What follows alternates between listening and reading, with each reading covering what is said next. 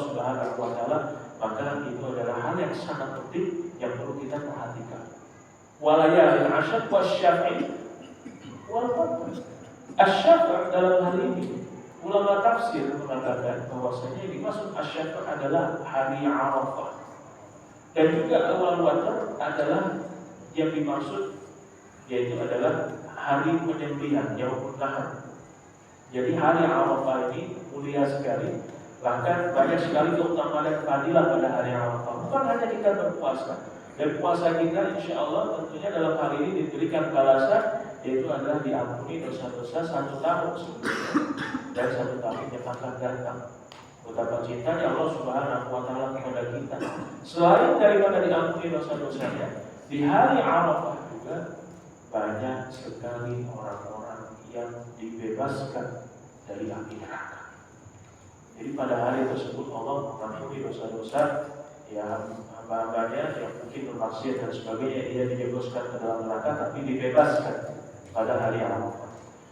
Dan yang selanjutnya adalah nanti di hari Arafah, selain tadi kami sampaikan mengajak sanak saudara kita untuk berpuasa, ya ketika keadaannya sehat, tidak sedang safar, punya waktu luang, maka berpuasa, ya jangan sampai kita tinggalkan. Kenapa? Yang ketiga adalah hari Arafah adalah hari yang paling baik untuk berdoa. Ya khairul doa yaum Arafah. Sebaik-baiknya doa adalah doa yang dipanjatkan di hari Arafah. Jadi kita sisihkan waktu kita. Mungkin di hari Selasa kita ada kegiatan, kalau bisa kita fokus berdoa. Apa yang menjadi hajat kita, apa yang menjadi keinginan kita. Barangkali dalam hal ini Allah masih menguji kita berupa penyakit, mudah-mudahan Allah berikan kesembuhan. Barangkali Allah masih menguji kita berupa kesusah payahan, permasalahan yang sangat pelik, yang sulit untuk ditemukan solusinya. Mudah-mudahan atas izin Allah Subhanahu wa taala memberikan jalan keluar. Mungkin kita masih memiliki hutang piutang, harus membayar cicilan, diberikan kekuatan.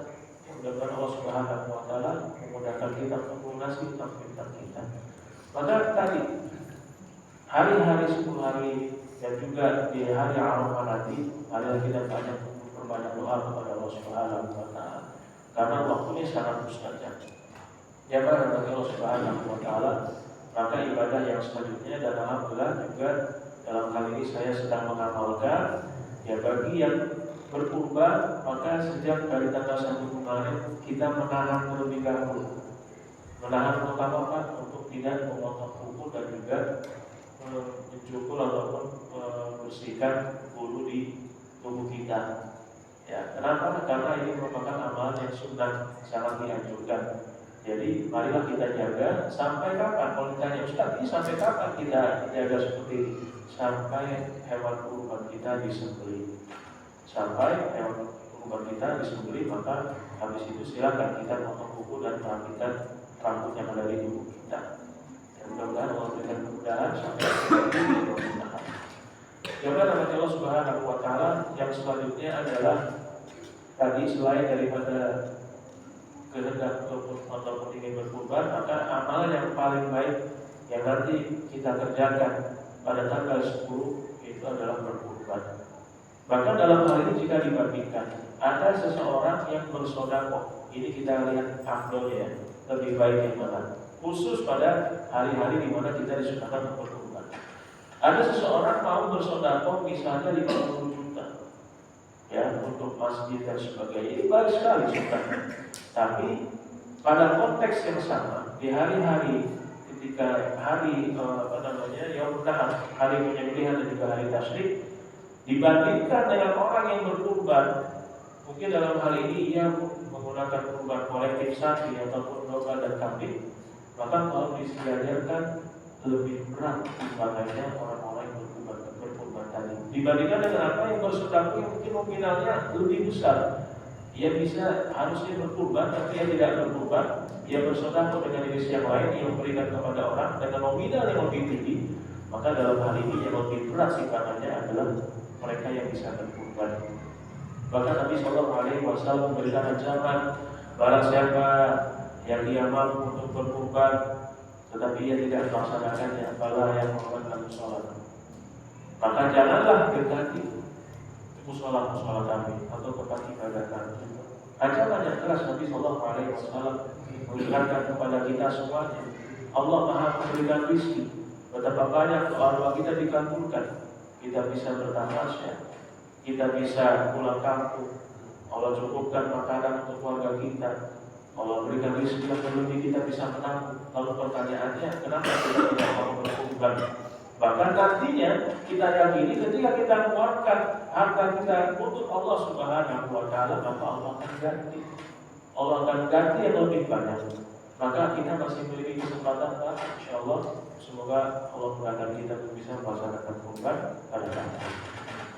Kemudian ada beberapa hal yang perlu kita ingat, bahwasanya ketika kita melaksanakan kurban, selain kita mempelajari fikih-fikihnya, cara-caranya, maka sebagai nasihat buat diri saya dan juga kepada para panitia, tolong ingatkan kepada tukang jagalnya.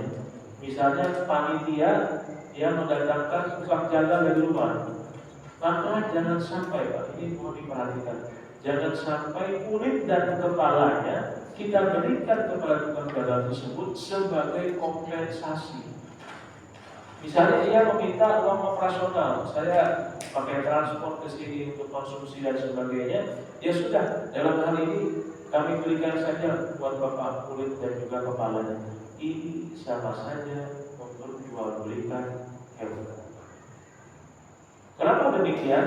Karena ada peringatan yang Nabi Sallallahu Alaihi Wasallam sampaikan kepada kita. Ya, barang siapa yang memperjualbelikan kulit hewan kurban, fala udhiyata lahu, maka tidak ada hewan kurban baginya. Jadi ini peringatan buat kita sebagai panitia agar dalam hal ini berhati-hati. Kalau ternyata ada jasa daripada tukang jagal tadi, ya kita panggil, maka kita berikan operasionalnya. Jangan kita tukar dengan kulit dan juga kepalanya. Kenapa? Karena sama saja kita menominalkan kulit dan kepala tadi sebagai tanda lelah kita. Ya. Sedangkan hewan kurban itu semuanya harus dihadiahkan, harus disedekahkan. Kenapa? Karena hewan kurban itu sudah untuk lillahi ta'ala.